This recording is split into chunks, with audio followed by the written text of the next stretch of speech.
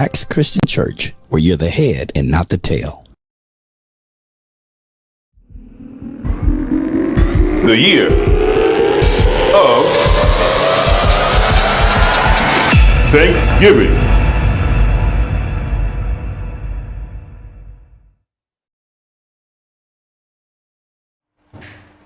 Welcome. Thank you for your patience. You know the internet. It sometimes bring out gremlins. But you know something? We're really grateful for the technician. Austin's here. You know how good he is. He works behind the scene. He does not give up. Does that sound like somebody you know? Well, he's done it. And so we're able to be here and to bring this broadcast to you. So I want to thank you so much for your patience. Yeah, we're slightly late. But I guarantee you, what you're going to hear tonight is going to be mind-blowing. And I'm really grateful that I'm able to take a step like this and broadcast this such an important subject. Now look, I've got some great people in the studio. You can see them. I want to introduce you to them, but I just want to take a little time. I'm dealing with the issue of prostate cancer. And it's quite alarming in our community. 1 in 4. I ain't going to go any further, but I want you to do me a favor. I want you at this moment to share this information.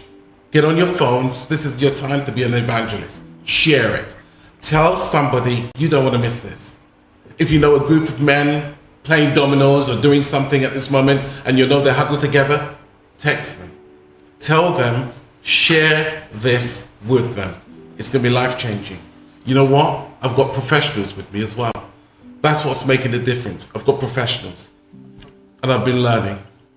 I think as we're about to go forward, I need to say thank you to Bishop Ola, Bishop Stella, who introduced me to the awareness of prostate cancer. They called me and I said, you know, this is great.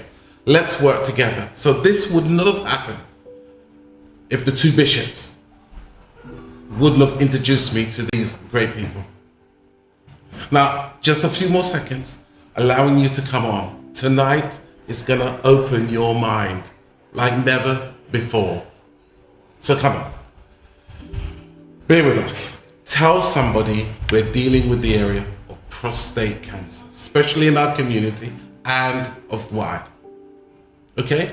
We're almost there. Share this link. Share this link. Okay, let's go for this. It's a real issue at this moment and have been for some time. And I'm grateful that we're able to take a step like this. So in the studio, you can see with me Dr. Masood and Nurse Pinola. I got it. You did it. Beautiful name. And it's been amazing of the education, how they've educated me concerning prostate cancer. But we also got somebody on the line, the Professor Nick James. And he couldn't be with us today, but again, because of technology, we've asked him to ring in. And so I'm hoping you can hear the information coming at this moment via phone. So are you online, Professor Nick James? Yes, I am, and I could hear all of that very clearly, so hopefully you can hear me speaking now. Excellent, that's fantastic. I'm going to ask you, before I ask our Dr. Infinola to talk to us, tell us, what is the issue out there? So the broad issue is where you started from, which is that prostate cancer is the commonest cancer in men and the second commonest cancer killer in men. And but more significantly, and one of the particular reasons we were keen to reach out to you and your congregation, is that if you're black, you're twice as likely to get prostate cancer as if you're white. Really? So the overall rate in the general population is 1 in 8, but in men of African origin, it's 1 in 4.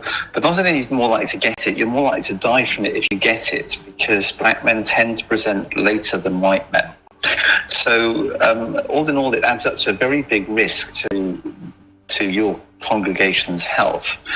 And so these facts have been very well known for many years, and there's been various attempts to try and redress this. And so the Man Band project, which you're going to hear about this evening, is one of these. And this has quite a long backstory to it. So prior to working at the Royal Marsden, I worked in Birmingham for many years. And around 2012, 2013, a chap called Johnny Who trundled into my clinic. And Johnny's Jamaican origin. And he said, I'll get some of my mates to come and do a concert for you. He was a musician. And he was being very understated. So his mates included a fantastic jazz saxophonist called Courtney Pine, who many of you may have heard of. Johnny himself had played at events like Nelson Mandela's birthday party with a drummer. He was just the most fantastic guy.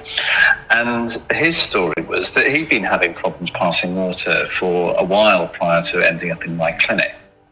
And he'd ended up unable to pass water, and because the cancer in his prostate had grown and blocked the outflow of urine, and ended up in accident and emergency, which is really not the best place to be diagnosed. And that's the second key fact, which is overall around 20% of cases of prostate cancer are diagnosed the same way as Johnny was, via pitching up in A&E rather than by being referred at an earlier stage when obviously outcomes are better and you spare yourself basically a miserable time presenting as an emergency.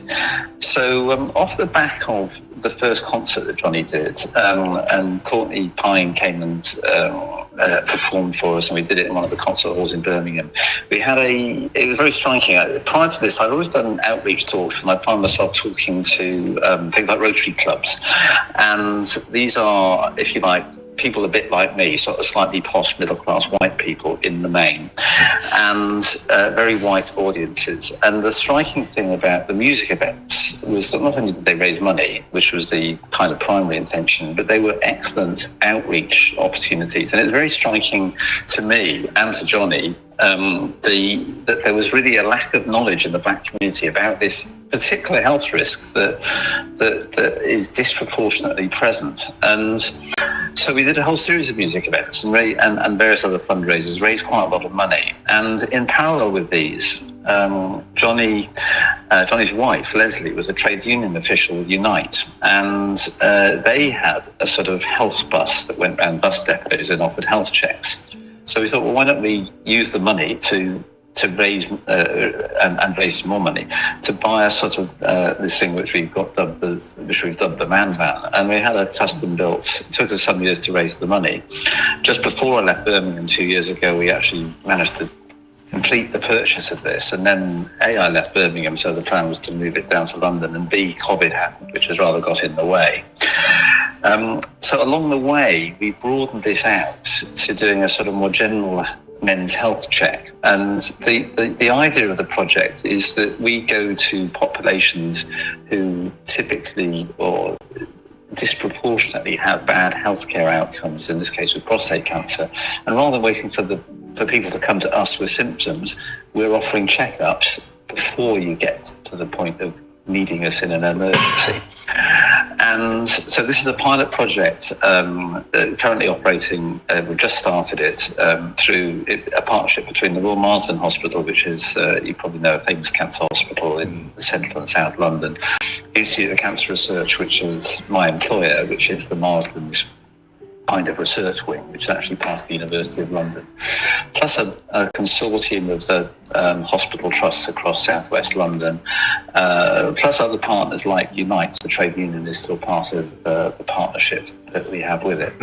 So it's as I said, it's a pilot project. What we're aiming to show is that by taking healthcare to people rather than waiting for people to come to us, we can change outcomes. And we want to focus on an area of prostate cancer where the outcomes are worse than they need to be. And we can't do anything about the increased risk of the cancer in black men, but we can potentially do something about the outcomes, which is what we want to do. Linked to it as well, and maybe we'll come back to this, is we want to do research into why these differences exist. Obviously, if you understand why, you can potentially improve your treatments as well. So we'll maybe come back to that. But I think I've probably spoken for long enough. I'll hand things back to you in the studio. Well, thank you so much, Professor Nick James. for really highlighting those areas. Prostate cancer. Thank you for calling in, and I'm sure as you watch, we will be able to develop more questions. Dr. Masood, what's going on? Why are we suffering in this area of prostate cancer in the black community? Yeah, it's a really good question, Bishop. We don't understand fully exactly what all of the reasons are. For sure, there is a genetic element. There is a genetic risk, but even that we don't understand that well enough. Part of the research that we're doing at the Marsden is to try and get more knowledge about this. You see a tear coming out my eye. It's just my eyes are watering. yeah. But yes. But yeah, it's a real shame. We know as Prof. James said, we know that the risk is higher, but it's harder to recruit black men to get into studies. It's harder. But why? Why is it that the black men are finding it so difficult? We're dealing with something that can take us out and not coming forward to get tested. What do you think is going on? There's not going to be one reason. It's going to be lots of different reasons. People are looking at this, in the UK, in America as well, where there are obviously large groups of Afro-Caribbean men. There's not going to be one reason. It's going to be things like not having enough knowledge about this, not having enough awareness. There can sometimes be a lack of trust. Sometimes people don't trust hospitals or just general health authorities because it's seen as part of the overall sort of government structure. Sometimes people are embarrassed to talk about these things. The thing particularly with prostate cancer is that it tends to affect things that are quite personal. So passing urine, sexual function, these sorts of things people don't. Let's get it out there, Doctor. Let's get it out there. Open it up. It's very personal. So what does it take for someone to sort of think about these things and B, speak to someone, speak to a friend.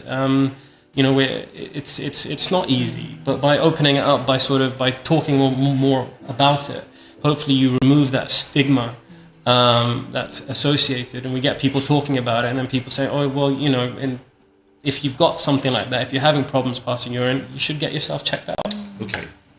I'm sure you're watching us, you'll know somebody who's not with us anymore because of prostate cancer.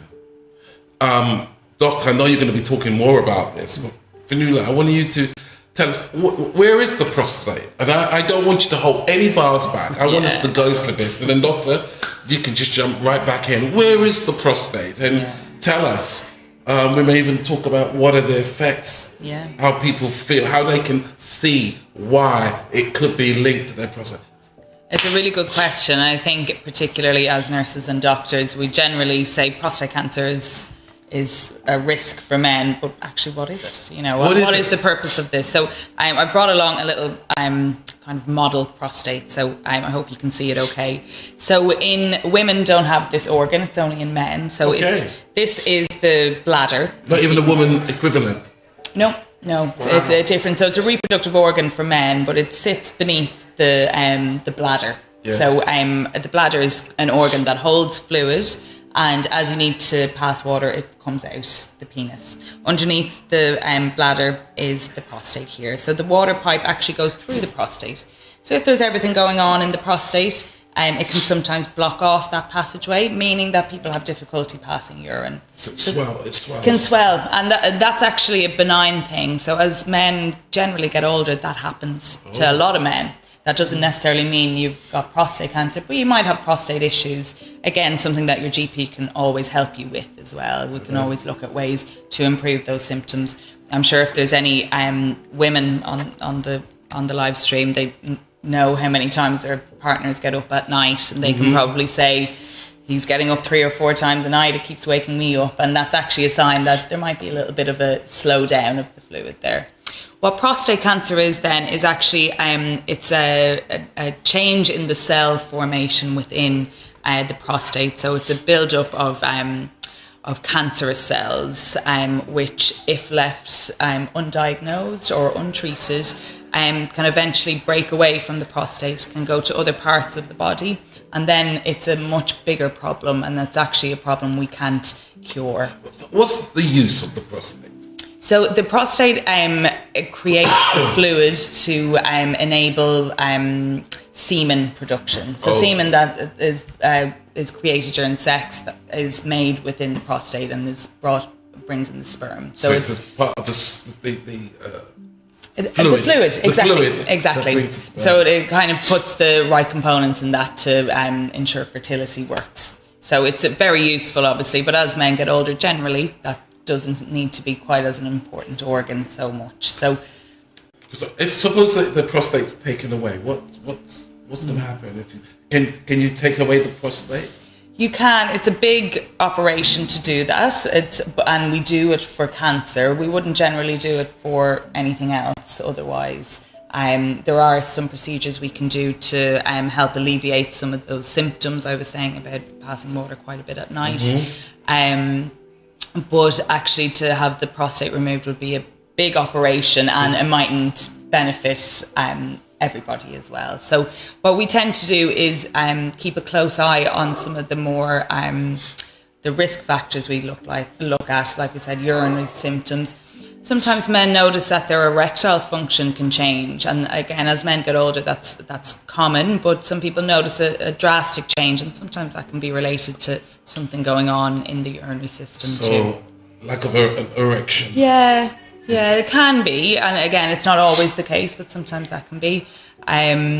Things like if anybody had any blood in the urine or anything like that, we'd always keep a close eye, and that could indicate something else like a bladder cancer. So I think it's good to get talking about these symptoms, because most people, they see something going wrong, they don't pipe up. They might say it to their wives, or they might say it, probably mightn't say it to anybody else if even. And then I suppose we need to get that dialogue together to encourage men to then get that checked. Well, let's look at this. How can I tell that there's something going on with my prostate? What are the symptoms? Could we just look at that again? It may be somebody watching right now that can identify with these symptoms. So, Dr. Nurse, tell us. Let's walk through these signs. Yeah, I think the easiest one to talk about is in terms of problems passing urine, so waking up at night to pass urine. Waking up once is potentially not a problem, but if you're waking up 2, 3, 4 times more, it can indicate a problem. Suppose you're drinking a lot of water. Yeah, and that can be a reasonable reason why you might be waking up. Right. It could be because you're having too much coffee at night, too much tea at night. Right. There are lots of reasons. It doesn't obviously have to just be to do with prostate cancer, but that's where we come in. Right. We're, when someone comes to see us, we're able to talk through these things, and we ask these sorts of questions exactly like you've said. Yes. We ask, how much do you drink? How much tea, coffee, fizzy drinks? These sorts of things make people pass urine more often. So we ask these sorts of questions to try and help determine whether we're worried about something or whether potentially it's not that worrying. So getting up quite often at night. That's one. Having to go more often during the day. Having to sort of go to the bathroom quickly. So if you feel like you can't hold it in. Yeah. And also when you get there, it doesn't all come out easily. So like it's quite a weak stream, it dribbles out, you have to force and push. Mm-hmm. These are all general symptoms of something being not quite right with the bladder or the prostate. So they're very general symptoms, but they're all, as Fionnuala said, they're all reasons why you might want to see your GP, and then they can talk through things and help determine if there's a problem. So again, to encourage, and Fionnuala, I'm sure you can come in here. Yeah. We want to encourage men to go forward. Wives must play a part, I'm sure. Definitely, partners play a part. But how can we bring this to the point? I mean, this is an avenue. I think, just to follow up on what Masood said, is that you could have those symptoms, but actually generally people have no symptoms of this. Hold on. It's only when No symptoms? No symptoms. So this is quiet, it's going on. Some people can have absolutely don't get up at night whatsoever. Wow. And we can only determine that there's something going on a blood test. So unfortunately, there is a big proportion of individuals that are in our clinics and they're fine. They don't feel anything. And sadly, we end up telling them that there's actually a cancer within their prostate. Now, that's kind of worrying. If It is, there's isn't nothing it? going on, then there's no need for anyone to make an inquiry about their health. But just saying it could be like a silent killer. Absolutely. And we know as men get older, so generally over the age of 50, but in black men we say over the age of 45, we would recommend you get your blood test with a GP. And that's called a PSA blood test. PSA PSA. blood test. Yeah. Let me just pull this back again. I heard the ratio, 1 in 4. Help me to understand this. 1 in 4 black men will suffer from this. But you can't tell me why in the black man. We don't know yet, and that's kind of, we touched on that earlier. We are looking at kind of trials to assess that. What are those? Why is it that it's so disproportionate? And hopefully, when I sit across from you in a few years' time, Bishop, we can actually answer that question a bit better. Hopefully, so is it going to take our community coming in and checking that you can begin to do that research? Yeah, so we have trials looking at this right now. There's a trial being run at the Royal Marsden, which is to do with black men, and they're specifically trying to recruit them to study their genetics, to study what's different about their DNA. Obviously, it doesn't affect all black men, right? But it's more common. So it means that there is a reason there. Part of what we're doing as well is to sort of drive awareness of this, to try and get as many people as possible into these trials. Doctor, you mentioned something. I know I'm interjecting here, but you're saying this could be a part of genetics. Yes, yeah, definitely. Not maybe, definitely. yeah. If Dad had it, it's most likely. And you're at a much higher risk if a family member or your uncle or brother or anyone like that, it puts you at an even higher risk than your next door neighbour per se. And like that, it's about getting that dialogue for future generations, that when your sons and your nephews are older, that they're going to the GP to get their prostate checked. Okay, tell you what, we're going to go for a break here, and I think this will be very wise. We have what we call the man van. Yes. I want you to give me a bit more details about the man van, because I think it's absolutely excellent. I'm just going to ask the engineer just to run that VT for us. There's a man van that we're putting together. I mean, tell us about it. Tell us about this. So it's essentially a converted camper van, so to speak, and we've changed it into a mobile health clinic, which we hope to take to certain parts of the community, targeting those areas that are higher risk, and offering men a free health check, similar to what you get at the GP, but a lot more targeted for things like prostate cancer, heart disease, diabetes. We'll look at all general health concerns, and then we'll link in to the Royal Marsden. If you need to see a doctor, we can get a really quick an appointment then, and if we need to get you to see your GP, we can speak to your GP and arrange that. So what we're dealing with here today is an awareness, and prevention is better than cure. Absolutely. I don't know, you can see the picture. I don't know if we're going to run that VT. Are you running that VT at this moment for us? The Man Van is a mobile clinic provided via a customised van with built-in clinic space to carry out nurse-led health assessments.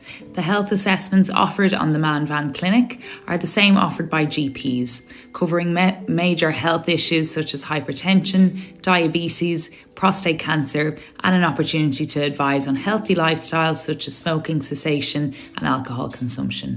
The van will be parked in places of employment and other locations in the community, targeting men who are more at risk of certain diseases. We look forward to welcoming you onto the van in due course. Viewers, you've just seen the Man Van. Absolutely fantastic. You can walk straight in there, have your blood test. They'll make sure that they'll follow you up. I mean, I think it's a marvelous bit of kit. And, you know, we're quite fortunate to have Nick still on the line. Nick, could you just talk us through this beautiful bit of kit, the Man Van, and what it has and how it can help us? Yeah, it is a fantastic bit of kit. We, as I said, we fundraised altogether. We raised about £500,000 in Birmingham from various things, from the concerts and from other things, and that was to pay for buying the van and then staffing it. In fact, the staffing that we've got at the moment is being funded separately. So at some point, we're aiming to do the original project in Birmingham as well as doing the one in Southwest London. And as you can probably see from the thing, it looks like a motorhome, and that's because that's what it is. We bought it from a company that takes motorhomes and then customises them from the NHS. So it's specced out to exactly what we needed. When it's driving around, it's a sort of van size shaped thing. But when we're using it, the middle pops out the side, so that doubles the width of the business end of it, where we've got a clinic space, and it's split into two halves: a sort of reception area, and then there's a screen, and then there's not a clinical area, but it's not. It's an informal clinical area. Quite relaxed. We're not going to be, so you're going to be sat there chatting to Fanoula or Masood or whoever. You're not going to be undergoing any ghastly invasive medical procedures, because the idea is that we want people to come forward. We don't want to make it an intimidating, unpleasant experience, and we don't need to do anything particularly invasive in order to find out the information that we need. The other thing I was going to say was a bit about the research side of things, because there's race is obviously an issue here, and one of the striking things about medical research just worldwide is that it's over white in terms of who gets studied, and there's multiple reasons for that. But part of the reason is that there's been a reluctance in the black community to take part in clinical trials, because there is some really bad history around black people being experimented on in America, particularly without their consent, and people are very well aware of that. So one of the things that we're trying to do by literally taking things to people directly is we want to reassure you that we're doing this for good reasons, not for bad reasons. We're aiming to correct imbalances that are working against you by understanding better why there's a higher rate of this cancer. There's other diseases that have different racial rates as well, but the prostate cancer one is particularly striking and is really not very well understood. And as Masood said, one of the things we're doing is we have studies ongoing at the Marsden and the ICR at the moment, is we're building up DNA collections from different groups of people to try and understand what the similarities are, because mostly our DNA is very similar, but also what the key differences are that might drive differences in outcome. And so we see this as an important equity of access to good quality medical knowledge, and part of that is generating new knowledge in order to understand things better. Nick, I just wanted to get in there. Nick, tell us about the procedure, because maybe men in the past was very kind of reluctant to maybe have a finger in the rear end. And they're saying, if I'm going to get my prostate checked, I don't want that happening to me. So maybe that could be a stigma why they didn't come through. What's changed about it now, Nick? It's certainly a factor. We're not going to do a rectal exam in the van. So the key things we'll be doing, we'll be taking a history around urinary symptoms, and are you passing water more frequently with difficulty, and other related things like erectile dysfunction. It's worth saying that most of the causes of erectile dysfunction are not prostate cancer. The commonest cause is cardiovascular disease, for example. But if you have that as a problem, then we may well be wanting to signpost you to have your blood pressure checked and other stuff around your heart health. So we're using it as an opportunity to address other health issues as well as prostate cancer. And we've got a little machine in the van, which I'm not quite sure what audiovisual stuff you've got there. It's about the size of a desktop printer, and a couple of finger pricks of blood, and we can measure your PSA level, and we'll be double checking that against a proper reading in the lab as well. So if you've got either a collection of symptoms or a strong family history, plus particularly if you've got the ethnic risk as well, plus a raised PSA. Any number of various combinations of that, we can arrange further investigations through the hospital. And in the main, that is a scan, an MRI scan. We don't necessarily, obviously at some point, if we think you've got something wrong with your prostate, we're going to have to stick a needle in it. But that's the last bit of the diagnostic pathway, and we're only going to be doing that if it looks like we need to. So although in the past it's been associated with rectal exams, we think it probably puts off more people than the limited benefit we get from doing it in terms of extra assessment. So Nick, this is really, we've seen on the screen, people are really engaging and finding this absolutely excellent. So this works 2 ways or 3 ways or 4 ways, because you walk through the door and you might just be able to find something else like hypertension. Absolutely. Diabetes. That's the plan. We'll do a full general health check, and not just physical health, but actually your mental health. And we can assist with things like trying to quit smoking, maybe reduce down your alcohol consumption, that sort of thing. So I think, like Nick said, it's a very relaxed atmosphere. We've got a nice couch. There's no computer screen. We're sitting on a couch together chatting like we are now. It's a really, really relaxed environment to speak about any health concerns you have. Okay, look, we've just got Coral Pitter, Colombian. She says, what age should a man start to get checked? What age? So it's usually around the age of 50. But we'd say slightly younger if you're really? if you're of Afro-Caribbean background, so 45. Obviously, if you've got symptoms and you're having problems, then it doesn't matter what age you are, you should get yourself checked out. But that doesn't necessarily mean getting checked out for prostate cancer. But specifically in terms of prostate cancer, around 45, 50. So, gentlemen, you're here. You should be checking at least from the age of 45. And could this be an MOT on a yearly basis? Yeah, and I think that's one thing we tell our patients is that everything looks great, but that's not to say things won't change in a year's time. Go to your GP and make sure that this is a regular thing, because we do need to check in as we get older. Our body parts get older too. We need to make sure everything is still working okay. But we can get the ball rolling with things. We like I said, we'll check things like blood pressure, check things like diabetes that can go unnoticed for a very long time. And if they go unnoticed, they become a much bigger problem. So it's about really getting everything very early on and making a big change. I'm really excited about doing this. And let me just take a slight little break here. Many of you have heard me preach. I'm not saying I'm the best preacher in the world, but I love to rightly divide the word of God. But I'm going to tell you this. If one life can be saved by this awareness, this coming Sunday, working alongside doctors, nurses, and professors in this field, and a life has been saved, I'm just going to say, in my layman terms, thank God. Because I can still see myself preaching the gospel. I'm not just saving their soul, I'm also saving their lives. And I think we need to come out of the 4 walls in ministry and attack it. Begin to make friends. And I'm so proud. I made friends with a doctor, a nurse, and a professor who's educated me. And again, I thank God for the 2 bishops, Bishop Ola and Bishop Stella, who said, Bishop, could you help us to make this an awareness? I'm looking for 100 men. Sunday morning, that's what I'm hoping. We'll walk through those doors, be educated, and get checked.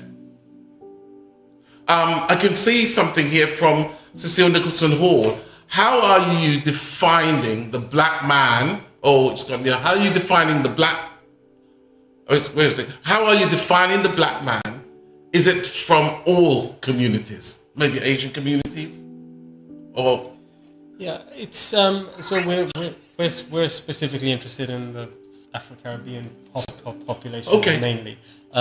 Prostate cancer specifically doesn't tend to affect Asian men as commonly, but at the same time there are other conditions that do. So, for example, diabetes does affect men from the subcontinent more.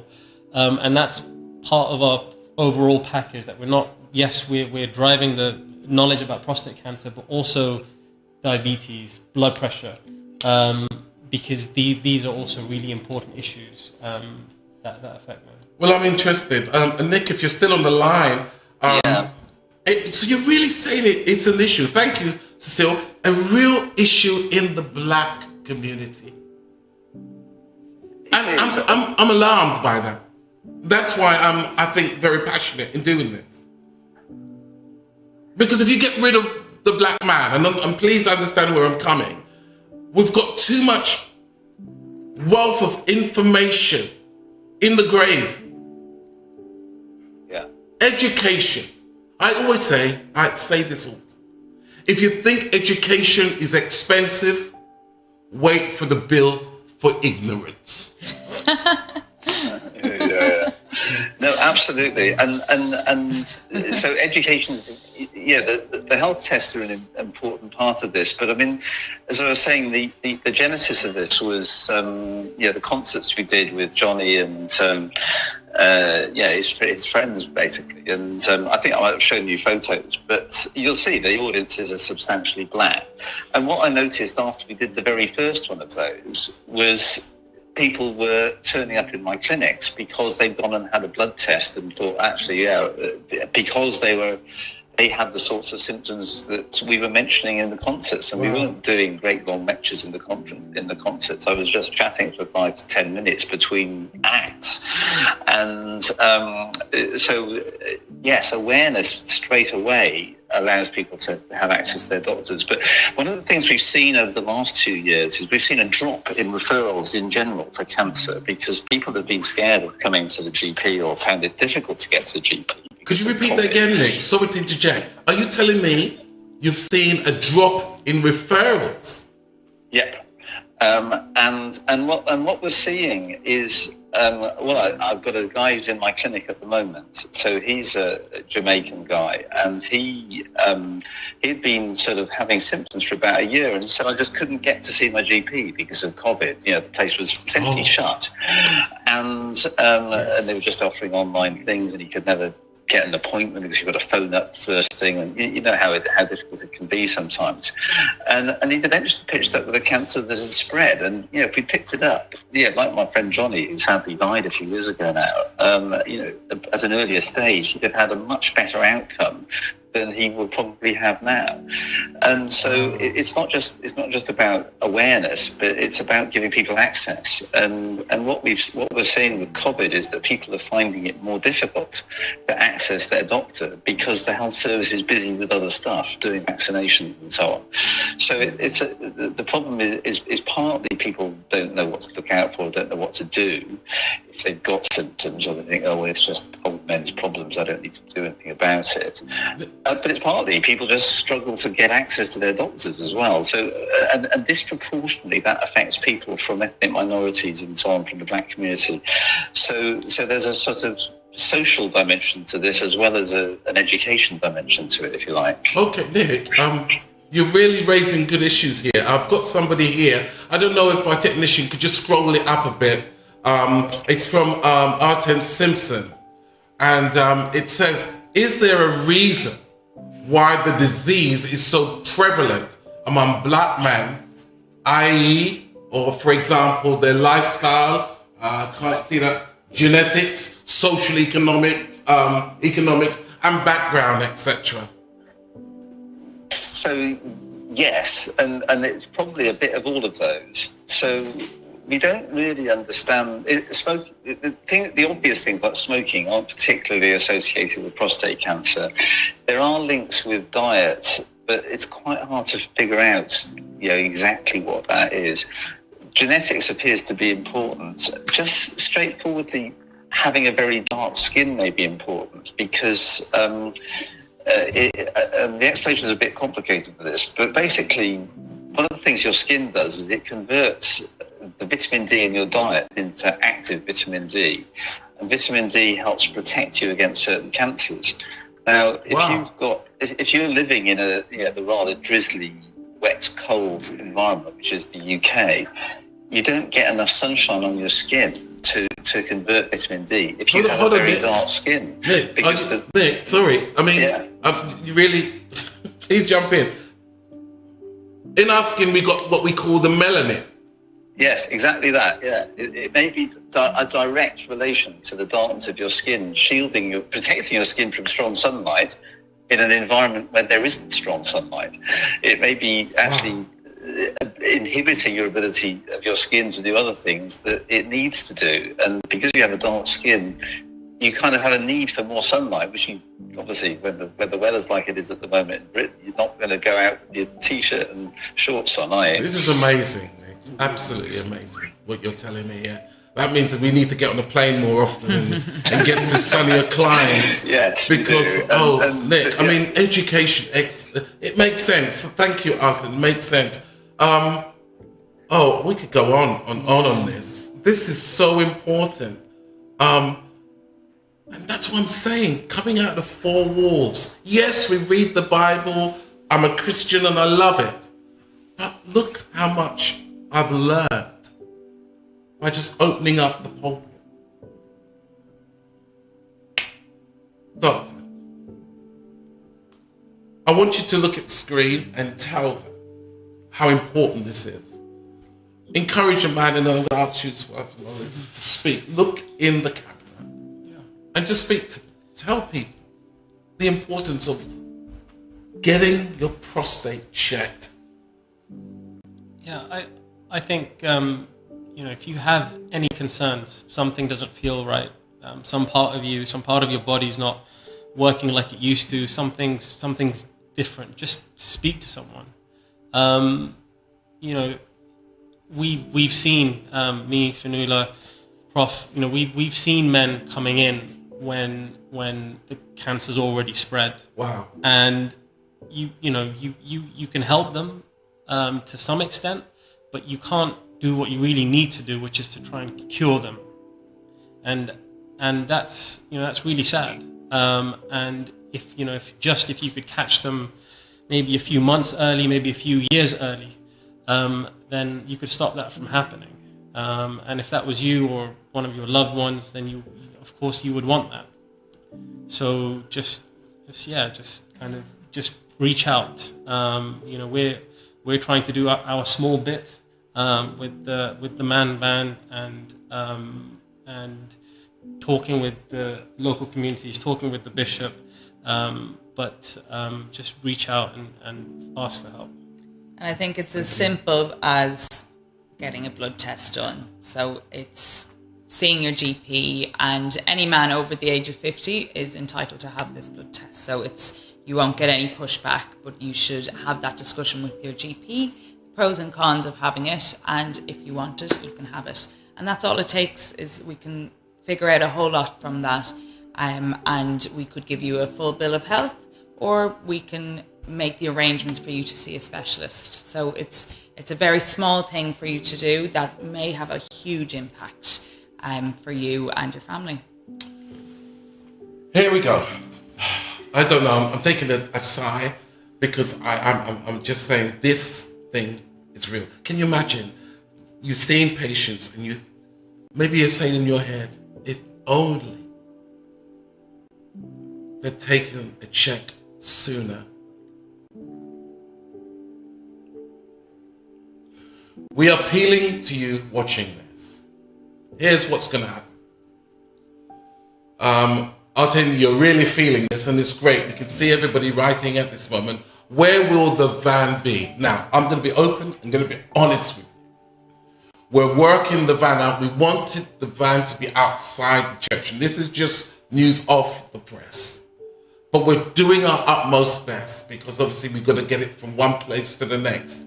But we're telling you now, on the 16th of January, at the Good Shepherd's Church in Norfolk Road, our service starts from 9 till 11.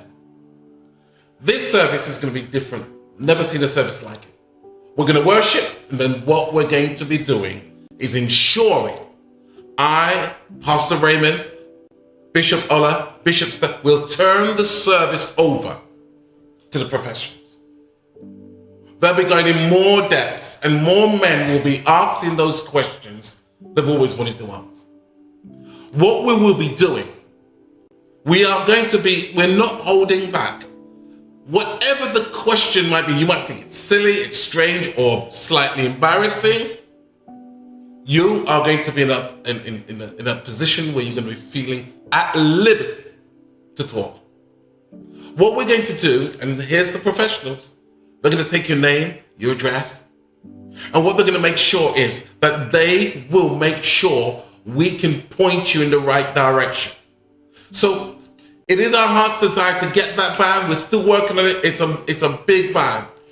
It's massive, and it's trying to find a place big enough. I don't want to go into too much details, but I know where there's a will, there is a way. Yeah. And the van will be in an area soon, so we're targeting Croydon, Sutton, South London. So it may not be there on Sunday, but it'll be in an area very soon. But we'll take the details and we'll get an appointment booked no matter where the van is. We're going to make sure. And now things happen, but I'm saying at the end of the day, we will have the professionals talking to us and sharing. Dr. Nick, Professor, will be there as well. That's the plan. Awesome.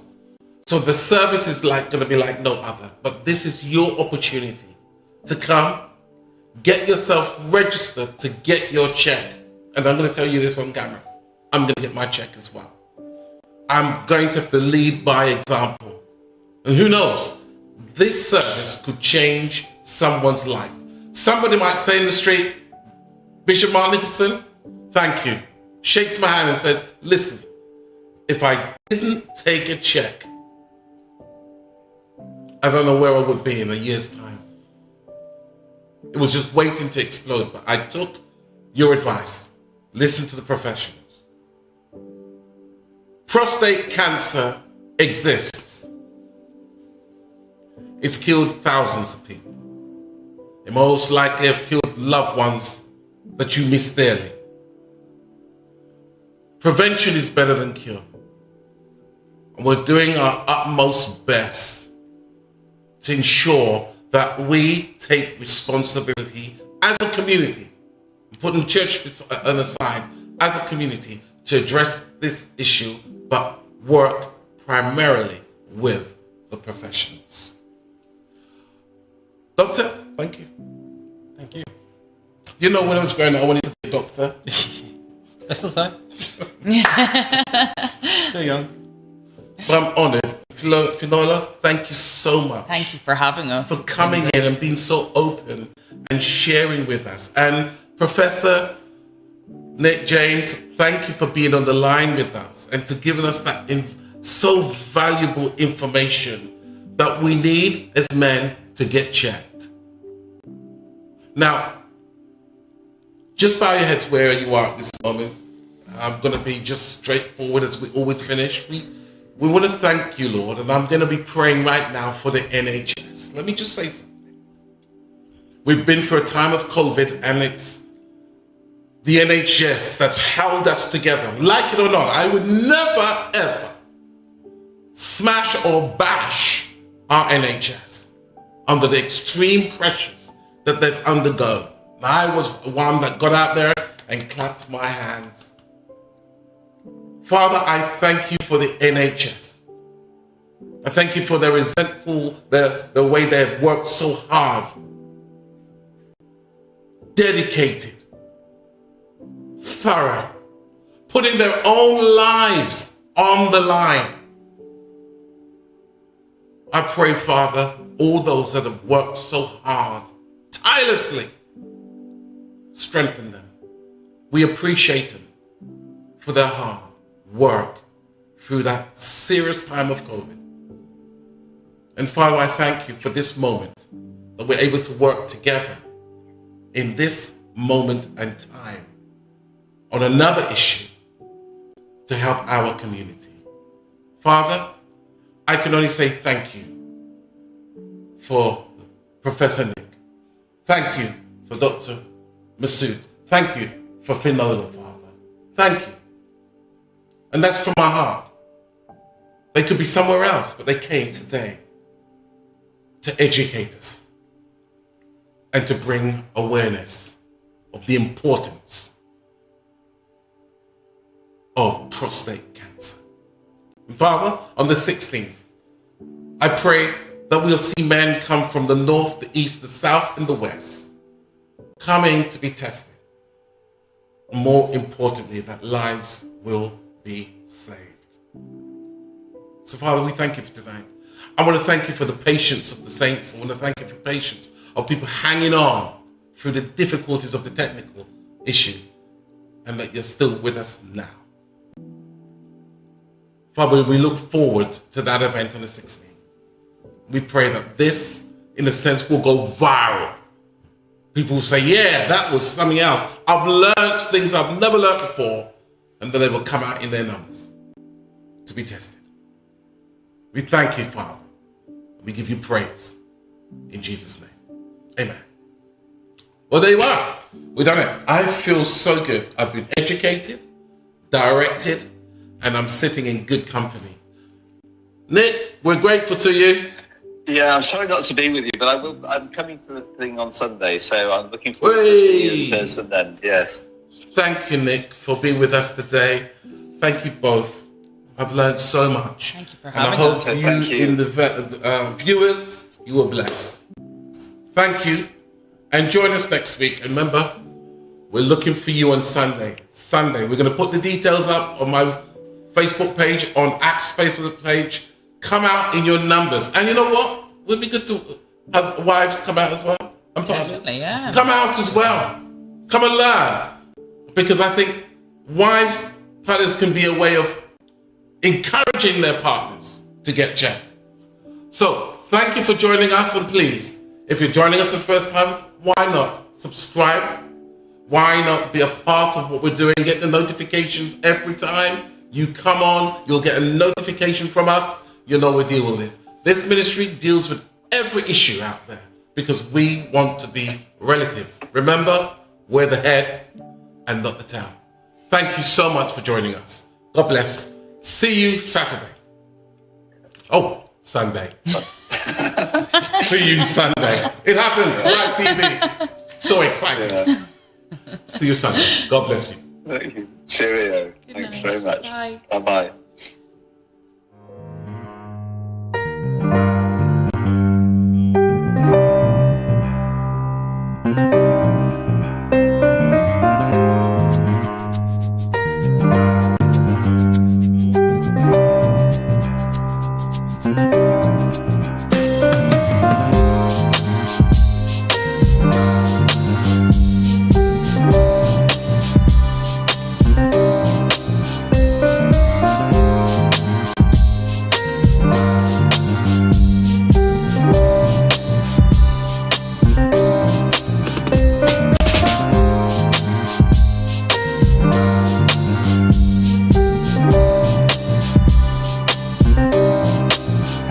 Christian Church, where you're the head and not the tail.